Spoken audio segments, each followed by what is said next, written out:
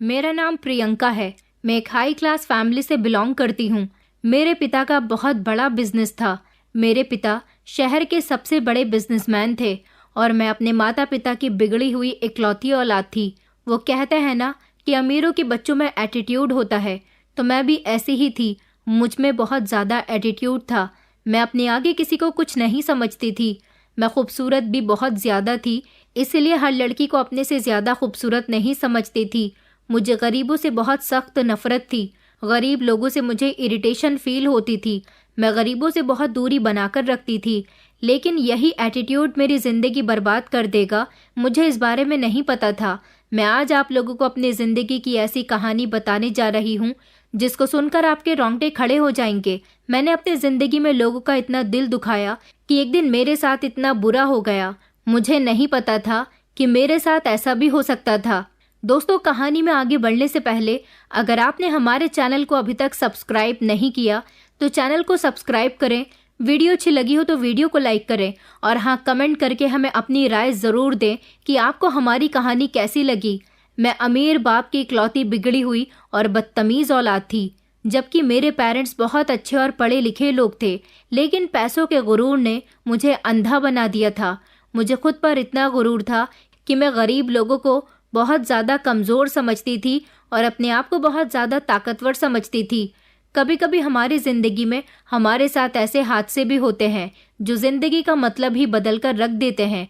एक दिन मैं अपने फ्रेंड्स के साथ पार्टी करने के बाद अपने घर की तरफ जा रही थी। रात काफ़ी हो चुकी थी। मैंने सोचा कि मेरी मम्मी परेशान हो रही होंगी, इसलिए शॉर्टकट के रास्ते से घर जाती हूँ। मैं ये प्रोग्राम बनाते हुए गाड़ी को दूसरे रास्ते पर मोड़ चुकी थी। अचानक थोड़ी दूर जाकर मेरी गाड़ी को एक झटका लगा और वो बंद हो गई। मैं गाड़ी स्टार्ट करने की कोशिश करने लगी, लेकिन मुझे गाड़ी स्टार्ट ना होने पर बहुत गुस्सा आ रहा था। सही चलते चलते ना जाने गाड़ी को क्या हो गया। बाहर निकलकर देखा तो बोनेट में से धुआं निकल रहा था। मुझे उस टाइम बहुत गुस्सा आ रहा था। शायद मैं ड्राइवर को अपने साथ लेकर आ जाती। मुझे तो गाड़ी भी ठीक नहीं करनी आती थी कि अब मैं क्या करूं। तभी अचानक किसी ने मेरे कंधे पर हाथ रख दिया। रात के टाइम और सुनसान रास्ते पर मैं अकेली वहां पर खड़ी हुई थी। ऊपर से किसी अनजान का हाथ खुद पर महसूस करके मुझे बहुत डर लग रहा था। मैं हिम्मत करके पीछे की तरफ पलटने लगी। मेरे सामने एक अजीब सी शक्ल वाला आदमी खड़ा हुआ था। उसको देखते ही मेरी चीख निकल गई। मैं उस आदमी के पास से हटने लगी और खुद को उससे दूर करने लगी। उस आदमी ने बहुत फटे पुराने कपड़े पहने हुए थे और वो मुझे बहुत घूर घूर कर देख रहा था। इस समय पहले से ही मैं बहुत परेशान थी और ऊपर से उस अजीब से आदमी का मुझे खामोशी से घूरना मुझे और भी ज़्यादा परेशान कर रहा था। मैंने उस आदमी से पूछ लिया कि तुम्हें क्या परेशानी है, यहाँ क्यों खड़े हो और मुझे क्यों घूर रहे हो। मेरे सवाल पर उसने रोते हुए कहा कि मैडम, मेरे बच्चे 2 दिन से भूखे हैं, उन्होंने कुछ नहीं खाया, कुछ पैसे दे दो और मेरी मदद कर दो। मैं समझ गई थी कि वो भिखारी है और इस रास्ते पर लोगों को रोककर भीख मांगता होगा। मेरी हालत उस वक्त किसी भी तरह से कोई मदद करने वाली नहीं थी। मैंने उससे कहा कि अभी मेरे पास कुछ नहीं है, यहाँ से चले जाओ। तो वो बहुत ज़बरदस्ती मुझसे कहने लगा कि मैडम, मैं आपके आगे हाथ जोड़ता हूँ, मेरे बच्चे 2 दिन से भूखे हैं, मेरे बच्चों को खाने की ज़रूरत है, वरना मेरे बच्चे भूखे मर जाएंगे। मुझे थोड़े से पैसे दे दो, मैं अपने बच्चों के लिए खाना लेकर जाना चाहता हूँ। मैंने उस भिखारी पर चिल्लाते हुए कहा कि तुम कितने हट्टे कट्टे हो, खुद काम करके भी तो पैसे कमा सकते हो, ऐसे भीख मांगकर कब तक अपना गुजारा करते रहोगे। मेरी बात सुनकर वो भिखारी कहने लगा कि अरे मैडम जी, अगर आपको मेरी मदद नहीं करनी तो मत करो, मगर ये दौलत की धौंस ना जमाओ। तुम्हें बड़ा घमंड है ना अपने आप पर और अपनी इस दौलत पर। फिक्र मत कर, आज तो मुझ परेशान की परेशानी नहीं समझ रही, एक दिन ऐसा आएगा कि भगवान तुझे हर चीज़ से तरसा देगा। जिस तरह मैं मुसीबत में पिट रहा हूँ, तू भी दर दर की ऐसी ही ठोकरें खाएगी। मैं तो उस आदमी के बदलते तेवर देखकर हैरानी रह गई थी। वो कैसे मुझसे पैसे मांगने के लिए रो रहा था और उसके बाद वो मुझे बुरा भला कहने लगा, मुझे बद्दुआ देने लगा। मुझे कोसता हुआ वो सीधा चलता हुआ ना जाने कहाँ गायब हो गया था। मैं तो उसी को गौर गौर से देख रही थी और उसकी कही हुई बातों पर परेशान हो गई थी और यही सोच रही थी कि कैसे उस भिखारी ने मुझे ना जाने क्या क्या कह दिया था। मैंने उसे कोई गलत बात तो नहीं की थी, आखिर वो कब तक ऐसे भीख मांगता रहेगा। उफ, मैं भी ना जाने किस परेशानी में फंस गई थी। मैं कार के अंदर जाकर बैठ गई और गाड़ी स्टार्ट करने की कोशिश करने लगी, जैसे ही मैंने गाड़ी स्टार्ट की, मेरी गाड़ी स्टार्ट हो गई। थोड़ी ही दूर तक मेरी गाड़ी चली थी कि इतनी देर में मेरी कार के सामने एक और कार आ गई। मेरी कार के सामने ही उसने फौरन ही ब्रेक लगा लिए। अच्छा हुआ कि ब्रेक लगा लिए, वरना बहुत बड़ा हादसा हो जाता और मैं हैरान परेशान कार के अंदर ही बैठी रही। आज मेरे साथ न जाने कौन कौन से हादसे होने लगे थे। मुझे यहाँ पर कुछ अजीब सा महसूस हो रहा था। तभी सामने वाली कार का दरवाज़ा खुला और उसमें से एक आदमी बाहर निकला। मैं तो उसे देखकर घबरा गई थी। मैंने देखा कि वो मेरी तरफ आ रहा है। मैंने जल्दी से कार स्टार्ट की और मैं बहुत तेज़ रफ्तार से गाड़ी चलाते हुए वहाँ से निकल गई। लेकिन जैसे ही मैंने मुड़कर देखा तो मेरी जान बच गई थी। वो इंसान उसी जगह पर खड़ा होकर मेरी गाड़ी की तरफ देख रहा था। मुझे हैरानी हो रही थी कि अगर उस आदमी के इरादे ठीक नहीं थे तो वो वहाँ पर क्यों रुक गया था। आखिर उसने मेरा पीछा क्यों नहीं किया। मगर मैंने इस बात को इग्नोर किया और अपनी जान बचाकर वहाँ से भाग गई। मैंने ठान लिया था कि आइंदा मैं कभी इस रास्ते पर नहीं आऊँगी। मैं हांफती हुई घर में दाखिल हुई। मेरे शरीर से पसीना बह रहा था। मैं बहुत ज़्यादा थका हुआ फील कर रही थी। मेरी मम्मी और मेरा छोटा भाई मुझे देखकर हैरान हो गए थे और मुझे देखकर परेशान होने लगे थे। मेरे साथ जो हुआ था मुझे ये बताना उनको ठीक नहीं लगा, इसलिए मैंने उन दोनों को कुछ भी नहीं बताया। यही कहा था कि बस मेरा एक्सीडेंट होते हुए बच गया। माँ मेरे लिए बहुत ज़्यादा परेशान हो गई थी और मुझे डांटने लगी और कहने लगी कि आगे से तुम कभी खुद गाड़ी नहीं चलाओगी, या तो ड्राइवर को साथ लेकर जाओगी या फिर घर से किसी को लेकर जाओगी, वरना तुम्हें अकेले जाने की कोई ज़रूरत नहीं है। मैंने माँ को परेशान देखा तो कहने लगी कि ठीक है, मैं कभी अकेले नहीं जाऊंगी। अब मैं जाकर अपने कमरे में आराम कर लेती हूँ। और उसके बाद मैं अपने कमरे में आराम करने के लिए चली गई। फ्रेश होने के बाद मैं अपने बेड पर जाकर लेट गई। लेटते ही मुझे वो सारी बातें याद आ रही थी और मेरी आंखों के सामने उस भिखारी का चेहरा घूम रहा था। मैं ना चाहते हुए भी ये सोचने पर मजबूर हो गई थी कि आखिर ये सब कुछ क्या था। मुझे लगा शायद मैं इस बारे में कुछ ज़्यादा ही सोच रही हूँ। अगले दिन मैं उठी तो हमारे घर में एक नया लड़का आया हुआ था। मैंने माँ से पूछा कि ये नया लड़का कौन है, क्या आपने कोई नया नौकर रख लिया है। माँ ने कहा कि ये लड़का घर के कामों के लिए नहीं है, बल्कि इमरजेंसी में अगर कोई भी काम होता है तो तुम इससे ही करवाना। ये लड़का हमने तुम्हारे काम के लिए रखा है। उस लड़के की एज लगभग 20 से 21 साल होगी। मैं जब ब्रेकफास्ट करने के लिए गई तो मुझे पता चला कि मेरे डैड शहर से बाहर किसी काम के लिए गए हैं। ब्रेकफास्ट करते टाइम मम्मी ने मुझे ये बात बताई। मेरा छोटा भाई स्कूल गया हुआ था। मम्मी और मैं नाश्ता करते हुए बातें कर रहे थे। मम्मी ने मुझे कहा कि अब ये लड़का हमेशा तुम्हारे साथ रहेगा और तुम्हारे साथ ही घर से बाहर जाया करेगा। मैंने इसको तुम्हारा बॉडीगार्ड बना दिया है। ये सुनकर मैंने मम्मी की तरफ हैरानी से देखा और कहने लगी, मम्मी मगर मुझे इसकी कोई ज़रूरत नहीं है। मम्मी मुझसे कहने लगी कि बेटा आजकल के हालात ठीक नहीं हैं और तुम यूनिवर्सिटी से रात तक घर आती हो। मुझे तुम्हारी हमेशा फिक्र लगी रहती है और सच पूछो तो इसको मैंने स्पेशली तुम्हारे लिए ही यहाँ पर रखा है। मेरी मम्मी मेरे लिए बहुत परेशान रहती थी। मैंने मम्मी से कहा कि आप परेशान मत हो, आपकी बेटी अपने खुद ही हिफाजत कर सकती है। मगर मम्मी तो मेरी बात मानने के लिए तैयार ही नहीं थी और कहने लगी कि मैं तुम्हारी बात नहीं सुनूंगी। अब से ये तुम्हारे साथ जाया करेगा और तुम्हें साथ ही लेकर आया करेगा। माँ की बात सुनकर मैं खामोश हो गई। तैयार होकर मैं यूनिवर्सिटी जाने के लिए निकलने वाली थी, तभी मम्मी की मुझे आवाज़ आई। उन्होंने उस लड़के को हुक्म दिया कि बेटा जाओ, अदिति मैडम के साथ जाओ। वो लड़का मम्मी का हुक्म सुनते ही ज़बरदस्ती मेरी गाड़ी में सवार हो गया था। सारे रास्ते में इरिटेट फील कर रही थी। मैं 3 साल से अपनी यूनिवर्सिटी में थी। मेरे डैड ने मुझे यूनिवर्सिटी जाने के लिए स्पेशली कार दी थी और मुझे हर जगह अकेले जाने की आदत थी। आज इस लड़के की वजह से मुझे एक अजीब सी उलझन हो रही थी। मगर ये लड़का भी बड़ा बदतमीज़ था। कोई और होता तो मेरी माँ की बातें सुनने के बाद कभी भी मेरे साथ नहीं आता। आज तो रास्ता भी काफ़ी लंबा लग रहा था। जैसे तैसे मैं यूनिवर्सिटी तक पहुँच गई थी। कार की चाबी मैं उसको देकर जल्दी से यूनिवर्सिटी के अंदर चली गई थी। मेरी फ्रेंड्स अगर इस अजीब से बॉडीगार्ड को मेरे साथ देख लेती तो मेरा बहुत मजाक बनाती। मेरी यूनिवर्सिटी में सब हाई क्लास के लोग पढ़ते थे। उनको तो ऐसा लगता था जैसे पेरेंट्स का फिक्र करना कोई पाबंदी की बात है। थोड़ी दूर चलने के बाद जब मैंने उसको पलटकर देखा तो वो लड़का जा चुका था। मैं यूनिवर्सिटी में जाकर अपनी पढ़ाई करने में बिजी हो गई थी। मैं काम में इतनी बिजी हो गई थी कि मुझे पता ही नहीं चला कि बाहर का मौसम ख़राब हो गया। जब मुझे मम्मी की कॉल आई तब मुझे इस बारे में पता चला। माँ ने कहा कि वक्त ज़्यादा हो गया है और वो लड़का सुनील यूनिवर्सिटी के बाहर खड़ा हुआ मेरा इंतज़ार कर रहा था। मम्मी से तो मैंने कुछ नहीं कहा और अपना बैग उठाकर पार्किंग के एरिया में चली गई। मम्मी ने मुझे बताया था कि वो वहाँ पर मेरा इंतज़ार कर रहा है। मैंने देखा कि वो कार के पास सर झुकाए खड़ा था। मुझे आते हुए देखकर जल्दी से उसने कार का दरवाज़ा खोला। मैंने उससे कहा कि ये गाड़ी मेरी है और मम्मी ने तुम्हें मेरे सर पर ज़बरदस्ती डाल दिया, तो मेरे ड्राइवर बनने की कोशिश मत करो। मेरी बातें वो चुपचाप सुनता रहा। उसने मुझे कुछ भी नहीं कहा और मैं खुद ही चलती हुई गाड़ी में बैठ गई और गाड़ी चलाने लगी। मैं जानती थी कि ये गरीब परिवार से बिलोंग करता है और गरीब लोगों को तो सिर्फ पैसे से ही मतलब होता है।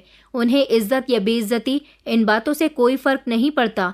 इन लोगों के लिए इज्जत ज़्यादा मायने नहीं रखती, तभी तो काम करने के साथ साथ अपने मालिकों की 1000 बातें भी सुन लेते हैं और कुछ कहते तक नहीं है। मगर वो लोग इन पर तरस खाते होंगे, मगर मैं तो ऐसी नहीं थी। सुनील के होते हुए मैं खुद को कैद महसूस कर रही थी। मैंने सोच लिया था कि घर जाते ही मैं डैड से कहूँगी कि सुनील को मेरे सर से हटा दें। आखिर कुछ ऐसा भी नहीं हो रहा जिसकी वजह से मुझे कोई खतरा हो। मुझे कोई बॉडीगार्ड नहीं चाहिए। घर जाते ही मैं गुस्से में अपने कमरे में चली गई थी और कमरे को अंदर से लॉक कर लिया था। नौकरानी जब मुझे बुलाने आई तो मैं उसके कहने पर अपनी मम्मी के कमरे में चली गई थी। मम्मी और मेरा छोटा भाई आपस में बातें कर रहे थे और मुझे आता हुआ देखकर वो दोनों खामोश हो गए और मैंने पूछा कि क्या बात है, आप दोनों मुझे देखकर ऐसे चुप क्यों हो गए।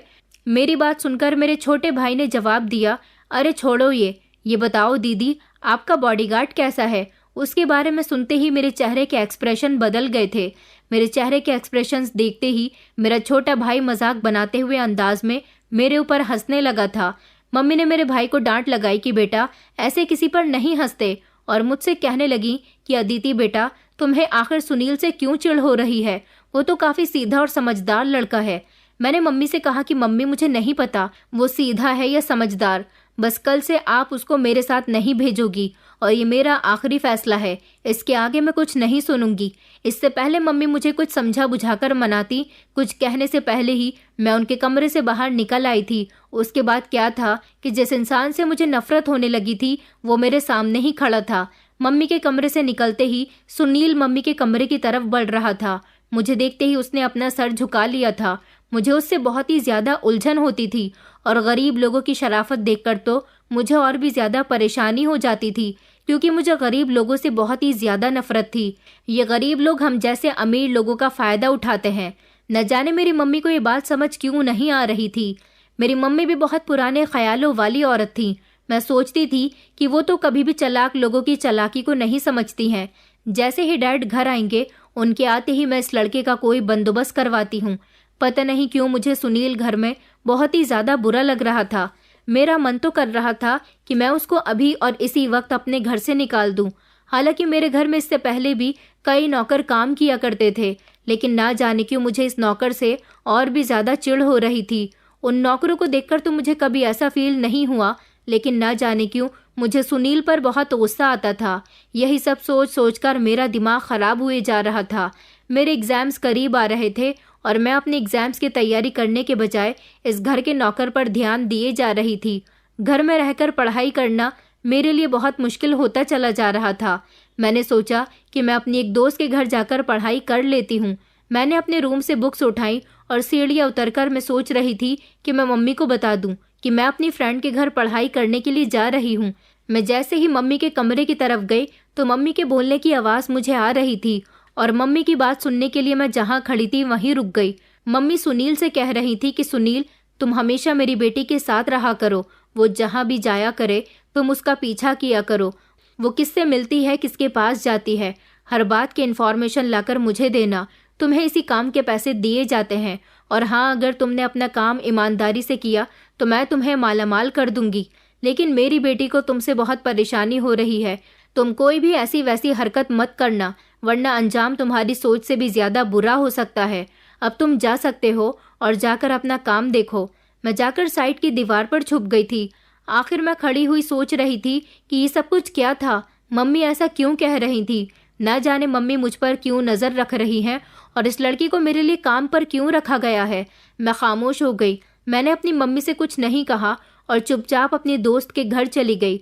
दोस्त के घर जाने के बाद मुझसे पढ़ाई नहीं हो रही थी। बस मेरे दिमाग में मम्मी की कही हुई बातें ही घूम रही थी। मम्मी को न जाने मुझ पर किस बात का शक था जो वो मुझ पर इतने पहरे लगा रही थी। मैंने हर तरफ से सोचा कि कहीं मुझसे कोई गलती तो नहीं हो गई। अगर मेरी कोई गलती होगी तभी तो मैं अपनी गलती को मानूंगी। ऐसे कैसे मान लूं कि मैंने कोई गलती की है। मैं घर जाते ही मम्मी से बात करूंगी और उनसे पूछूंगी कि वो कैसे मुझ पर शक कर सकती हैं। मैंने घर जाकर मम्मी से बात करने का फैसला कर लिया था, मगर जैसे ही मैं घर पहुंची तो सामने डैड को बैठा हुआ देखकर मैं हैरान रह गई थी।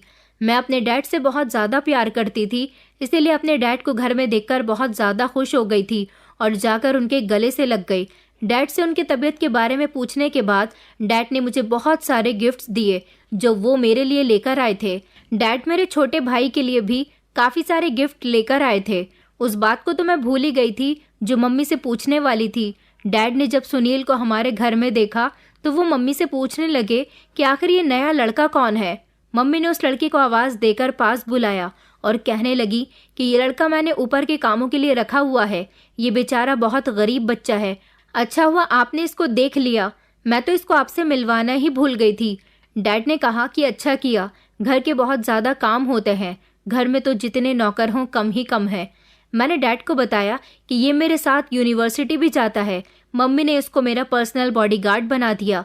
मम्मी को शायद ये नहीं पता था कि मैं डैड को इसके बारे में बता सकती हूँ, तो मम्मी घबराने लगी और डैड से कहने लगी कि नहीं, मैंने इसको इसलिए अदिति के साथ भेजा था कि आजकल का माहौल बहुत ज़्यादा ख़राब चल रहा है। हमारी बेटी अकेली जाती है और अकेली ही आती है, उसके साथ कोई ऊंच नीच ना हो जाए, बस इसीलिए। डैड कहने लगे कि अच्छा ठीक है, कोई बात नहीं, रख लिया तो रख लिया, मगर मुझे अपनी बेटी पर पूरा भरोसा है। वो कोई ऐसा वैसा काम नहीं करेगी जिसकी वजह से हमारा सर नीचा हो। मुझे मेरी बेटी पर बहुत ज़्यादा भरोसा है। मैंने हंसते हुए अपने डैड की तरफ देखा जो कि मुझ पर बहुत ज़्यादा भरोसा कर रहे थे। वैसे भी मुझे उस टाइम अपने डैड की मोहब्बत और दिलासे की ज़रूरत थी और वो मुझे मिल गया था। और अब मम्मी और उस लड़के के कहने पर मुझे कोई भी फ़र्क नहीं पड़ता था। डैड ने जो भी कहा था वो सुनकर मेरे दिमाग की सारी परेशानियां कम हो गई थी। अगले दिन मैं खामोशी से उस लड़की के साथ ही यूनिवर्सिटी चली गई थी। मैं समझ गई थी कि मैं इस लड़के से जितना भी दूर जाने की कोशिश करूंगी, मम्मी इतना ही इस लड़के को मेरे पीछे लगाएंगी। वैसे भी अब मुझे किसी बात का डर नहीं था। ये क्या, इसके घर वाले भी मेरे ऊपर नज़र नहीं रख सकते थे। वो दिन बहुत अच्छा था। अचानक मुझे एक काम से कुछ बुक्स लेने के लिए दूसरी यूनिवर्सिटी की लाइब्रेरी जाना पड़ गया था। घर जाने में मुझे काफ़ी देर हो गई थी और शहर में पता नहीं क्यों हड़ताल हो गई थी। मैं तो बहुत ज़्यादा घबरा गई थी। सोचा कि घर पर फ़ोन करके बता दूं कि मुझे देर हो जाएगी, मगर फ़ोन तो यूनिवर्सिटी में ही रह गया था। बहुत ज़्यादा परेशान हो गई थी मैं और सड़क के किनारे चल रही थी। रात के 12 बजने वाले थे। मुझे डर महसूस होने लगा था। अचानक एक गाड़ी मेरे तरफ आई और मेरे सामने आकर रुक गई। अगर ब्रेक नहीं लगता तो मेरी जान भी जा सकती थी। मेरा दिल तेज़ी के साथ धड़क रहा था। धड़कते दिल के साथ मैं उस गाड़ी को देख रही थी। वो गाड़ी मुझे कुछ जानी पहचानी सी लग रही थी। तभी गाड़ी से एक लड़का उतरा। उसे देखकर मैं गुस्से में आ गई थी और उससे कहने लगी कि तुम्हारी इतनी हिम्मत कि तुम मेरी ही गाड़ी मुझ पर चढ़ाने वाले थे। वो लड़का कोई और नहीं बल्कि सुनील था। मैंने उससे कहा, तुम आखिर खुद को समझते क्या हो और इस गाड़ी में बैठने की तुम्हारी औकात नहीं है। ये गाड़ी मुझे मेरे डैड ने मेरे बर्थडे पर गिफ्ट की थी। तुम्हें पता भी है कि इस गाड़ी की कीमत कितनी है। तुमने इस गाड़ी में बैठकर इस गाड़ी की वैल्यू कम कर दी और जबकि तुम मेरी गाड़ी में बैठ गए हो तो तुम मुझे ही मारना चाहते हो। वो चुपचाप मेरी सारी बातें सुन रहा था। मैंने जब उसको चुप देखा तो मैं कहने लगी, अब मुंह से कुछ बोलोगे या नहीं, क्यों बैठे थे मेरी गाड़ी में? तो वो कहने लगा कि जी, वो मुझे साहब जी ने आपको देने के लिए भेजा था, आप गाड़ी में बैठ जाइए। मैंने उससे नहीं पूछा कि आखिर उसे कैसे पता चला कि मैं यहाँ पर हूँ। ये तो मुझे पता था कि मेरे यूनिवर्सिटी के अंदर जाते ही बाहर खड़ा होकर वो मेरा इंतज़ार करता है और आज भी जब मैं दूसरी यूनिवर्सिटी गई थी तब भी उसने मेरा पीछा किया होगा। मैं यही सब सोच रही थी कि अचानक उसने गाड़ी घर की तरफ लेने के बजाय दूसरे रास्ते पर मोड़ ली थी। मैंने देखा और उससे कहा कि ये घर का रास्ता नहीं है।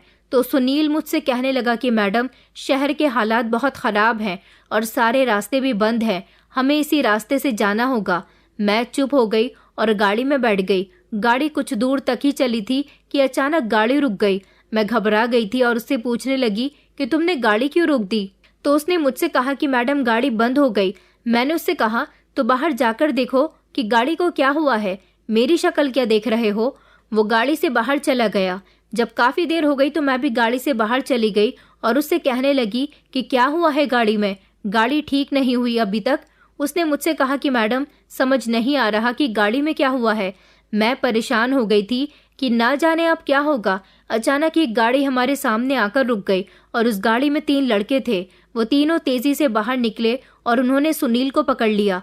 मैं तो ये सब देखकर घबरा गई थी और अचानक इस हमले से संभल नहीं पा रही थी और चीखने लगी, मगर वहाँ कोई होता तो मेरी चीखें सुनता। दूर दूर तक कोई नजर नहीं आ रहा था। उनमें से एक लड़के ने मेरे मुंह को दबोच लिया और मैं बेहोश हो गई। उसके बाद मुझे कुछ होश ही नहीं रहा। जब मैं होश में आई तो मुझे कुछ खुशबू महसूस हो रही थी। मैं अपनी आंखें खोलने की कोशिश कर रही थी। न जाने मेरे शरीर को क्या हो गया था। मेरे शरीर में तो बहुत दर्द हो रहा था। मैं खुद को संभाल नहीं पा रही थी और न होश में आ रही थी। मुझ में इतनी हिम्मत भी नहीं थी कि मैं उठकर बैठ सकूं। मैंने अपने पैरों को हिलाने की कोशिश की, मगर मेरे पैर किसी ने बुरी तरह से जकड़े हुए थे। मुझे लगा जैसे मैं किसी कैद में हूँ, मगर मैं कहाँ पर थी मुझे तो कुछ समझ ही नहीं आ रहा था। मुझे कुछ साफ नजर नहीं आ रहा था। सब कुछ धुंधला धुंधला सा दिख रहा था। आसपास से कुछ आवाजें भी आ रही थी, मगर समझ में नहीं आ रहा था कि ये किस चीज की आवाज है।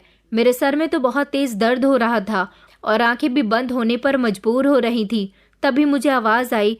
कोई कह रहा था कि इस लड़की का बहुत ध्यान रखना, ये बहुत चालाक लड़की है।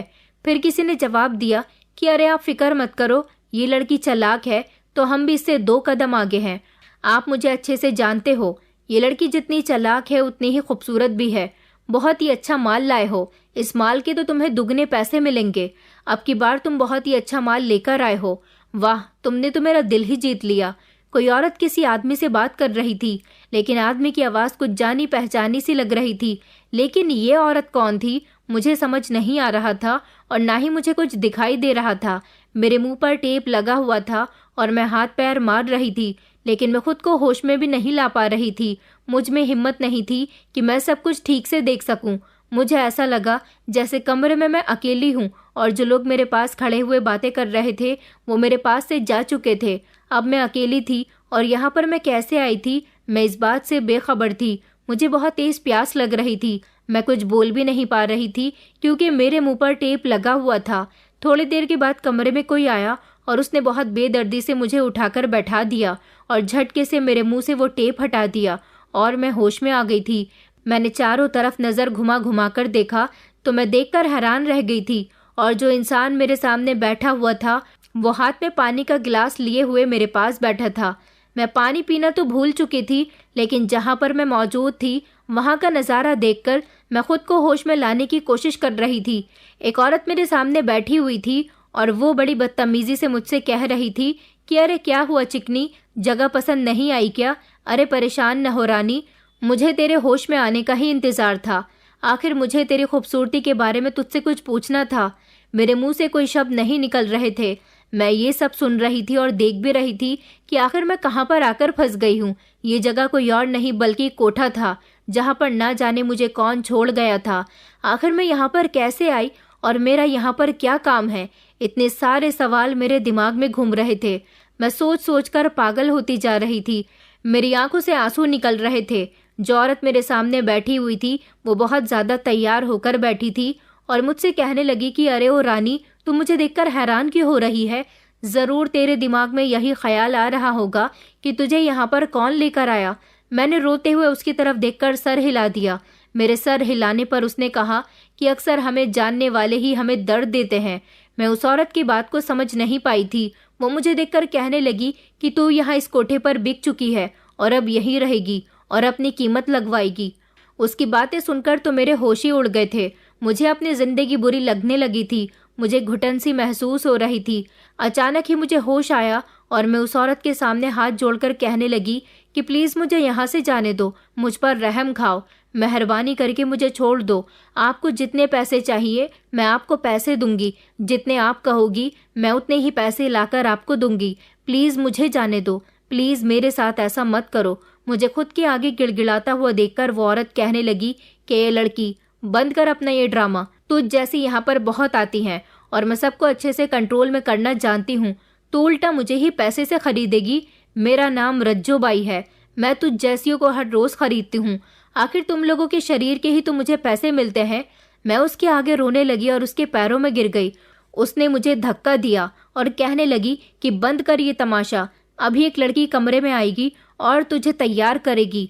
आज की रात तेरे लिए बहुत अच्छी रात है, तेरी वजह से आज मैं मालामाल हो सकती हूँ और तुझे भी थोड़े से पैसे दे दूंगी। आज जब खूबसूरत लड़कियों के साथ में तुझे बिठाया जाएगा तो मुझे पक्का यकीन है कि तेरे रेट पहली बार में ही लग जाएंगे।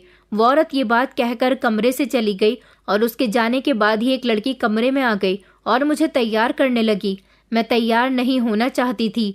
मैं बुरी तरह से उस लड़की के हाथों को अपने ऊपर से हटा रही थी। गुस्से में आकर उस लड़की ने मेरे मुंह पर एक जोरदार थप्पड़ मार दिया और कहने लगी कि खामोशी से तैयार हो जा, वरना मैं तुझे और भी ज्यादा मार सकती हूँ।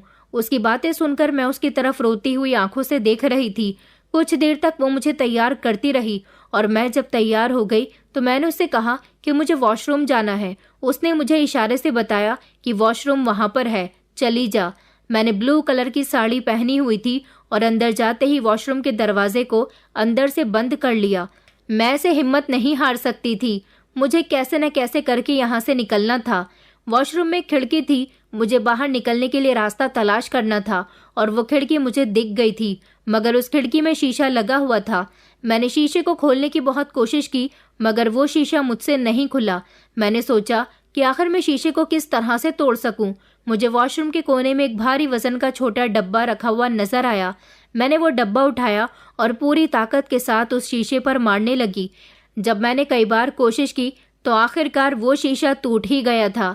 मैंने जैसे तैसे कोशिश करके उस खिड़की पर चढ़ने की कोशिश की और उससे बाहर निकल गई, जबकि मेरे दोनों हाथों पर शीशा लग गया था और मेरे दोनों हाथ जख्मी हो गए थे। मगर ये चोट तो मैं बर्दाश्त कर लेती, लेकिन जो चोट मुझे आगे लगने वाली थी उसको मैं बर्दाश्त नहीं कर सकती थी। जैसे ही मैं बाहर निकली तो मैंने देखा कि वहां पर एक पतली सी गली थी। मैंने उस गली से भागना शुरू कर दिया। मैंने कभी साड़ी नहीं पहनी थी, साड़ी मुझसे संभल नहीं पा रही थी, जिस वजह से मुझे भागने में बहुत दिक्कत हो रही थी। साड़ी के साथ मैं ज्यादा दूर तक नहीं भाग सकती थी और अब तक तो वहां सबको पता चल गया होगा कि मैं वहां से भाग गई हूँ। अपनी इज्जत बचाने के लिए मैं बस भागती चली जा रही थी। कुछ दूर जाकर अचानक से मेरा पैर मुड़ गया और मैं जमीन पर गिर गई। मैंने देखा कि मेरा पैर मुड़ा नहीं था, बल्कि किसी चीज में फंस गया था, जो कोई जाल था जो मुझे फंसाने के लिए वहां पर डाला गया था। मैं अपने पैर को निकालने की कोशिश कर रही थी। इतनी ही देर में मुझे आवाज आनी शुरू हो गई, यानी उन लोगों को पता चल चुका था कि मैं जाल में उलझ गई थी। मैं अपने पैर को उस जाल से निकालने की बहुत ज्यादा कोशिश कर रही थी, लेकिन मैं अपने पैर को नहीं छुड़ा पाई। कुछ देर बाद वो लोग मेरे सामने ही खड़े हुए थे। मैं बेबस हो गई थी और जोर जोर से रोने लगी, लेकिन उन लोगों पर मेरे रोने का कोई असर नहीं हुआ था और वो लोग जबरदस्ती मुझे पकड़कर उसी नर्क में वापस ले गए। उन लोगों ने मुझे कोठे पर पहुंचते ही जोर से फेंक दिया और मैं किसी के पैरों में जाकर गिर गई। तभी मुझे किसी ने ठोकर मारकर होश दिलवाया। मैंने चारों तरफ देखा, जहां शादी का माहौल था। हर उम्र की औरत वहां पर तैयार हुई खड़ी थी और चारों ही तरफ खुशबू ही खुशबू आ रही थी, जिस खुशबू से मुझे नशा चल रहा था। मैं बेहोश होती जा रही थी।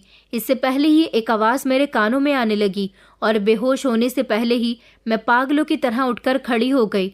मगर मुझे वापस जबरदस्ती जमीन पर बैठा दिया गया और कहा कि बाई, ये लड़की तो भागने की कोशिश कर रही थी, संभालो इसको, बहुत दूर से पकड़कर लाया हूँ। मैंने अपना सर उठाकर देखा तो मुझे ऐसा लगा जैसे मैं कोई सपना देख रही हूँ। रज्जू बाई ने जोर से मेरे बाल खींचे और कहने लगी, क्या समझकर यहाँ से भागी थी? ये धंधा मैं पिछले 15 सालों से कर रही हूँ। तेरे जैसी को तो मैं चुटकी में सीधा करना जानती हूँ। मैं रज्जो बाई के पैरों में गिर गई और कहने लगी कि मुझे माफ कर दो, मुझे जाने दो, मैं तुम्हें बहुत पैसे दूंगी। मेरे पिता बहुत अमीर आदमी है, मैं तुम्हें माला माल कर दूंगी। तुम प्लीज एक बार मुझे जाने तो दो।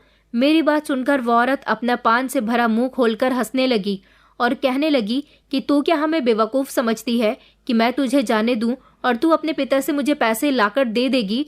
तू यहाँ से चली गई तो तू अपने पिता से पैसे नहीं बल्कि उसके साथ पुलिस को लेकर आएगी। तू हमें बेवकूफ समझती है और अब तू यहाँ से जाने वाली बात को तो भूल जा और अब इस पेशे को कबूल कर ले, तेरे लिए यही बेहतर होगा। वरना मुझे अच्छे से तुझे सीधा करना आता है। मुझे वहां से भागने की अपनी आखिरी उम्मीद भी टूटती नजर आ रही थी। उन आदमियों ने मुझे उस औरत के पास से उठाकर चेयर पर बैठा दिया। मैंने पहली बार देखा था कि कोठा कैसा होता है। चारों तरफ चमक ही चमक थी। हर लड़की सजी सवरी दिखाई दे रही थी, इसीलिए मेरे लिए सब कुछ नया था। तेज आवाज में गाने चल रहे थे और बहुत से आदमी अंदर आ रहे थे। मैं इतनी ज्यादा भीड़ देखकर बहुत परेशान हो गई थी और मुझे भी उस भीड़ में खड़ा कर दिया गया। एक औरत ने मेरा हाथ पकड़ लिया और घूरते हुए मुझसे कहने लगी कि चुपचाप यहीं पर बैठे रहना, यहाँ पर तुम्हारे रेट लगने वाले हैं। न जाने मेरे साथ क्या हो रहा था। मैं बहुत ज्यादा घबरा रही थी। मुझे बहुत डर लग रहा था और अपनी किस्मत पर रोना भी आ रहा था। न जाने मुझे किस चीज की सजा मिल रही थी। मैं चुपचाप वहां पर बैठी हुई थी जब एक आदमी ने मेरी तरफ उंगली करके इशारा किया और रज्जोबाई से कहने लगा कि मुझे वो वाली खूबसूरत लड़की बहुत पसंद आई है। आज की रात मैं इसी के साथ गुजारना चाहता हूँ। मेरा दिल तो कर रहा था कि मैं अपने आप को जान से मार लूं। वो आदमी मेरे पास चलता हुआ आ रहा था। इससे पहले कि वो मुझे हाथ लगा था, तभी अचानक गोली चलने की आवाज आई और सब लोग चारों तरफ भागने लगे। मगर पुलिस ने कोठे को चारों तरफ से घेर लिया था। मेरी तो जान में जान आ गई थी। मेरा दिल बहुत जोर जोर से धड़क रहा था, लेकिन मेरे दिल को सुकून मिल गया था। मुझे तसल्ली हो गई थी कि अच्छा हुआ यहाँ पर पुलिस आ गई। इतनी ही देर में रज्जोबाई ने मेरी गर्दन पर चाकू लगा दिया। मेरी तो सांसें रुक गई थी। उसने मुझसे कहा कि अगर तू जरा भी हिली तो मैं चाकू से तेरी गर्दन काट दूंगी। पुलिस ने जब मेरी गर्दन पर चाकू रखा हुआ देखा तो पुलिस ने अपने आदमियों से कह दिया कि बंदूक नीचे कर लो। पुलिस ने रज्जोबाई से कहा कि देखो, ये जो तुम कर रही हो वो गैर कानूनी काम है और अब अगर तुमने इस लड़की को नुकसान पहुंचाया तो उसकी सजा तुम्हें बहुत ज्यादा मिलेगी। इसलिए तुम्हारे लिए यही बेहतर होगा कि तुम चुपचाप इस लड़की को जाने दो और खुद को हमारे हवाले कर दो। रज्जोबाई कहने लगी कि अरे जा जा, मुझे कानून सिखाने वाले बहुत देखे हैं मैंने तुझ जैसे। अगर मुझे तूने यहाँ से जाने नहीं दिया तो मैं इस लड़की की जान ले लूंगी। तभी अचानक मैंने अपना दिमाग दौड़ाया और देखा कि ये दोनों आपस में बातें करने में बिजी हैं। तो मैंने रज्जो के हाथ पर जोर से काट लिया। मेरे काटने की वजह से रज्जोबाई के हाथ से चाकू भी गिर गया और वो चाकू जमीन से उठाकर मैंने रज्जोबाई की गर्दन पर लगा दिया। उस टाइम शायद रज्जोबाई को मुझसे ऐसी हिम्मत की उम्मीद नहीं थी, इसलिए वो हैरान होकर वहां पर खड़ी थी। मैंने रज्जोबाई से कहा कि मैं एक पुलिस ऑफिसर की बेटी हूँ और यहाँ पर तुम सब लोगों को गिरफ्तार करवाने के लिए ही आई थी। मैंने अपने साथियों से कहा कि इन सब को गिरफ्तार करो और इन सब के मोबाइल भी ले लो, मुझे सारी इन्फॉर्मेशन चाहिए। पुलिस ने रज्जोबाई को अरेस्ट कर लिया था और मैंने रज्जोबाई से झूठ बोला था। पुलिस ने मुझे और वहाँ की सारी लड़कियों को अपने अपने घर भेज दिया और जो लड़के लड़कियां इस काम में शामिल थे उन सबको भी अरेस्ट कर लिया था। मुझे अपना दिल बंद होता हुआ महसूस हो रहा था। जब मैं अपने घर पहुंची तो मेरे घर वाले मुझे इस हालत में देखकर हैरान रह गए थे। इससे पहले कि कोई और मुझसे सवाल करता, मैं सीधा अपने डैड के सामने जाकर खड़ी हो गई थी। मैंने अपने डैड से सवाल किया कि डैड, आखिर मेरी क्या गलती थी कि आपने मुझे इतनी बड़ी सजा दी? मैंने क्या जुर्म किया था? यही कि मैं आपकी सौतेली बेटी थी। मैंने आपको कभी भी अपना सौतेला पिता नहीं समझा, हमेशा अपना पिता समझकर आपसे प्यार करती रही। आखिर क्या गलती थी मेरी जिसकी आपने मुझे सजा दी और आपने मुझे उस कोठे पर भेज दिया? मेरी बात सुनकर मम्मी हैरान रह गई थी और घबराकर मेरी तरफ आई और कहने लगी कि ये तुम क्या कह रही हो बेटी? मैंने मम्मी से कहा कि मम्मी, ये आदमी तो बहुत ही ज्यादा जालिम आदमी है। इसने शुरू से ही हमारे साथ खेल खेला। मम्मी, ये आदमी मुझ पर हमेशा ही नजर रखता था। वो लड़का जिसको आपने मेरे लिए काम पर रखा था, उस लड़के को इन्होंने ही यहाँ पर आपसे मिलने के लिए कहा था, क्योंकि आपको तो गरीबों पर बहुत भरोसा है। इसलिए उसने आपको अपनी मजबूरी बताई और आपने उसको नौकरी पर रख लिया और मेरा बॉडीगार्ड बनाने के बारे में सोच लिया था।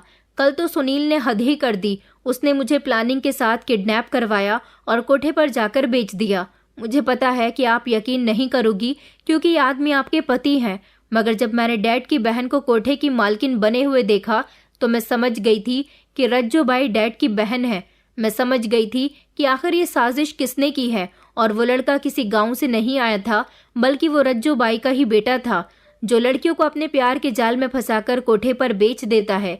ये आदमी अपनी बहन के साथ मिला हुआ था। इस आदमी को मुझसे नफरत थी क्योंकि मैं इनकी सौतेली औलाद हूँ और जबकि मेरा छोटा भाई का सगा बेटा है, तो इसलिए वो अपनी सारी दौलत इसके नाम करना चाहते हैं। ये सब कुछ ड्रामा और मेरे लिए अच्छा पिता बन के साबित होना, ये सब कुछ इनका नाटक था। ये नहीं चाहते थे कि आप इनको छोड़कर चली जाओ, इसीलिए ये सब कुछ मेरे साथ कर रहे थे। लेकिन डैड, मैंने कभी भी आपको सौतेला पिता नहीं समझा था। मुझे तो यही लगता था कि आपने हमेशा मुझे अपनी बेटी एक्सेप्ट कर लिया। मुझे नहीं पता था कि आपके प्यार के पीछे एक बहुत बड़ा दिखावा छुपा हुआ है। मम्मी मेरी बात सुनकर हैरान रह गई थी और उनकी आंखों में आंसू आ गए थे। मम्मी ने डैड की तरफ घूरते हुए उनसे पूछा कि क्या ये सच कह रही है। डैड खामोश खड़े रहे थे और मम्मी ने तेज आवाज में उनसे पूछा, क्या प्रियंका सच कह रही है। डैड की झुकी हुई नजरें देखकर मम्मी डैड की सच्चाई के बारे में जान चुकी थीं। उन्होंने डैड से कहा कि मेरी बिन बाप की बेटी ने तुमसे हमेशा सगे बाप की तरह ही प्यार किया और तुमने उसके साथ क्या किया, ये घिनौना खेल खेला। आखिर तुम्हारे पास भगवान का दिया हुआ सब कुछ है। अगर तुम इस बच्ची को भी समझ लेते तो तुम्हारे पास किसी तरह की कोई कमी नहीं आ जाती। तुम्हें अगर मेरी बेटी से नफरत थी तो तुम मुझे बता देते, मैं इसको यहाँ से भेज देती। मगर जो तुमने किया वो तो बहुत गलत किया। तुम्हें ऐसा करना नहीं चाहिए था। मम्मी की बात सुनकर डैड की आंखों में आंसू आ गए थे। वो हाथ जोड़कर मम्मी से माफी मांगने लगे क्योंकि वो मम्मी से बहुत प्यार करते थे और वो नहीं चाहते थे कि कभी भी मम्मी उनसे नफरत करें। उन्होंने मम्मी से कहा कि प्लीज मुझे माफ कर दो, मुझसे गलती हो गई। मैं तो बस यही चाहता था कि इस घर में मेरे बेटे की ही परवरिश होनी चाहिए क्योंकि वो मेरा अपना खून था। मैं चाहता था कि किसी तरह से तुम्हारी बेटी को इस घर से निकाल सकूं और तुम्हारी बेटी को घर से निकालने का मुझे सिर्फ एक यही तरीका नजर आया। मम्मी कहने लगी कि आपने गलती नहीं बल्कि बहुत बड़ा पाप किया है और इसकी सजा तो आपको मिलकर ही रहेगी। मम्मी ने जल्दी से अपना मोबाइल उठाया और पुलिस को फोन लगाने लगी। मम्मी ने डैड के लाख मना करने पर भी पुलिस को बुला लिया और उनको पुलिस के हवाले कर दिया। डैड के साथ साथ सभी लोगों को उम्र कैद की सजा हो गई। अब डैड तो जेल में है, लेकिन मम्मी और हमारा छोटा भाई हम तीनों एक साथ एक ही घर में रहते हैं। हमें कभी डैड की याद नहीं आती क्योंकि उन्होंने जो किया था वो माफ करने लायक नहीं था। मम्मी ने तो डैड के बिना रहना सीख लिया था। मैं अपने डैड से बहुत प्यार करती थी। मुझे नहीं पता था कि डैड मेरे साथ एक दिन ऐसा भी करने वाले हैं। न जाने डैड ने मेरे साथ प्यार का इतना दिखावा क्यों किया था। अगर मुझे सबके बारे में पहले से ही पता होता तो मैं कभी भी डैड की इन प्यारी बातों में नहीं आती। अब मेरे अंदर एटीट्यूड भी खत्म हो गया और अब मैं गरीबों से भी प्यार करने लगी हूँ। आखिर उस गरीब भिखारी ने जो मुझे बद्दुआ दी थी, शायद ये सब उसी का नतीजा था। मैं आज भी उस भिखारी को ढूंढ रही हूँ। मैं उससे माफी मांगना चाहती हूँ। हमें हर इंसान की मदद करनी चाहिए। अगर ऊपर वाले ने हमें किसी काबिल बनाया है तो हमें ज़रूर सामने वाले की मदद करनी चाहिए। लेकिन शायद अपने ईगो में आकर मैं उस भिखारी की मदद नहीं कर पाई थी। आज मुझे अपने आप से बहुत नफरत होती है कि मैं पहले कैसी थी, लेकिन अब मैं गरीब लोगों को बहुत अच्छा समझती हूँ और गरीबों की बहुत मदद करती हूँ। दोस्तों, उम्मीद करती हूँ आपको हमारी कहानी पसंद आई होगी।